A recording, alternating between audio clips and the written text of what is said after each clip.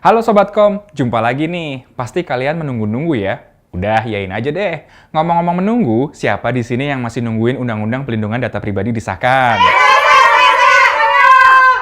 Loh, kok masih nunggu? Kan udah. Masa nggak tahu? Iya, udah. Udah apa yo? Penasaran kan? Ya udah, duduk yang manis, yang asem juga nggak apa-apa, dan selamat datang di Kominfopedia.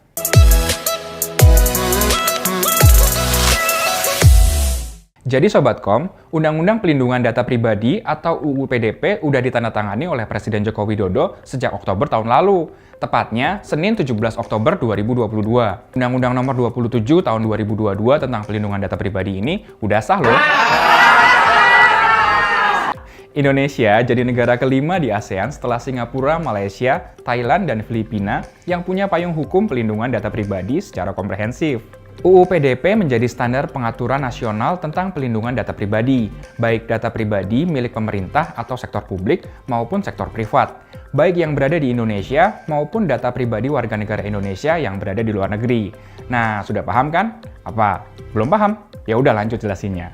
Nah, yuk kita bahas lebih dalam apa aja yang diatur dalam UU PDP ini. Pertama-tama, Sobat Kom perlu tahu nih, definisi pelindungan data pribadi dalam undang-undang ini. Yang dimaksud dengan pelindungan data pribadi adalah keseluruhan upaya untuk melindungi data pribadi dalam rangkaian pemrosesan data pribadi guna menjamin hak konstitusional subjek data pribadi. Intinya, data pribadi kalian dilindungi lewat undang-undang ini supaya tidak disalahgunakan. Terus, kalau data pribadi itu sendiri apa? Menurut UU PDP, data pribadi adalah data tentang orang, perseorangan yang teridentifikasi atau dapat diidentifikasi secara tersendiri atau dikombinasi dengan informasi lainnya, baik secara langsung maupun tidak langsung melalui sistem elektronik atau non-elektronik.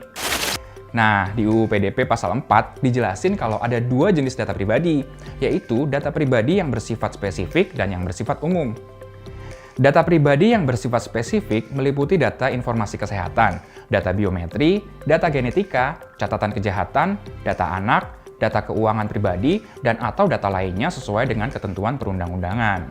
Sementara, data pribadi yang bersifat umum itu misalnya nama lengkap, jenis kelamin, kewarganegaraan, agama, status perkawinan, serta data pribadi yang dikombinasikan untuk mengidentifikasi seseorang.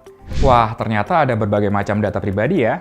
Oh iya, terus ada lagi nih sebutan dalam UU PDP yang perlu Sobat Kom tahu, yaitu subjek data pribadi, yaitu orang perseorangan yang pada dirinya melekat data pribadi. Contohnya, data nomor KTP, buku tabungan, kartu ATM, alamat rumah, nomor kartu keluarga kamu dengan si dia, kartu keluarga dia sama yang lain. Loh. Nah, Sobat Kom, subjek data pribadi ini punya hak-hak atas datanya. Kita bahas detail ya. Duduk yang manis, siapin cemilan, dan kencangkan sabuk pengaman. Mari simak, mari kita simak. Pertama, kamu berhak untuk meminta informasi tentang kejelasan identitas, dasar kepentingan hukum, tujuan permintaan dan penggunaan data pribadi, serta akuntabilitas pihak yang meminta data. Misal dimintain fotokopi KTP, tanya dulu ke yang minta buat apa, dasar hukumnya apa. Cuma, kalau mau fotokopi KTP, terus KTP-nya diminta sama abang-abang fotokopian, ya nggak usah nanya dasar hukum juga. Kedua, kamu sebagai pemilik data berhak untuk melengkapi, memperbarui, dan memperbaiki kesalahan atau ketidakaturan. Ketiga, mendapatkan akses dan memperoleh salinan. Tapi cuma salinan punya kamu ya. Kalau data pribadi si dia udah punya pacar atau belum, mending ditanya langsung aja. Sedih aku tuh, udahlah next.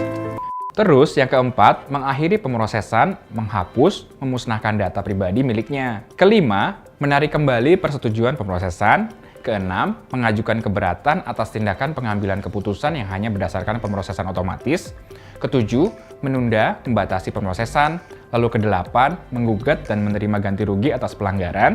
Kesembilan, tentunya Sobat Kom berhak mendapatkan dan atau menggunakan data pribadi Sobat Kom dari pengendali data pribadi. Terakhir, ke-10, menggunakan dan mengirimkan data pribadi ke pengendali data pribadi lainnya sepanjang sistem yang digunakan aman.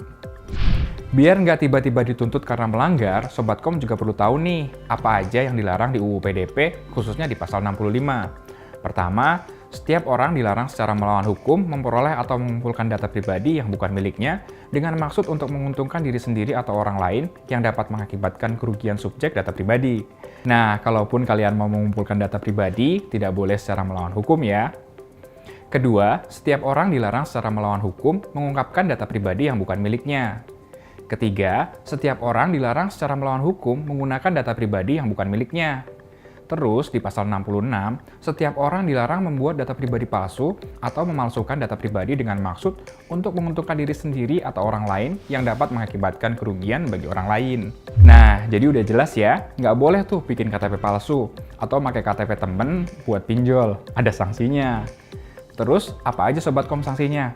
Ada sanksi administratif berupa teguran tertulis, penghentian sementara kegiatan pemrosesan data pribadi, penghapusan atau pemusnahan data pribadi, dan atau denda administratif. Itu dia Sobat Kom, penjelasan mengenai Undang-Undang Pelindungan Data Pribadi. Ternyata kebiasaan kita yang kadang minjem atau ngasih KTP ke orang lain bisa jadi celah penyalahgunaan data pribadi ya Sobat Kom. Nah, setelah dapat pemahaman tentang Undang-Undang Pelindungan Data Pribadi ini, Sobat Kom harus lebih waspada lagi ya menjaga data pribadi kita. Jangan cuma jagain dia doang. Cuaks!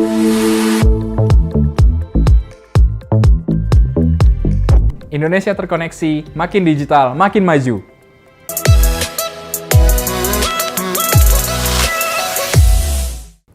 Mas, mau fotokopi KTP, Mas? Oh boleh, mana KTP-nya? Loh, dasar hukumnya apa?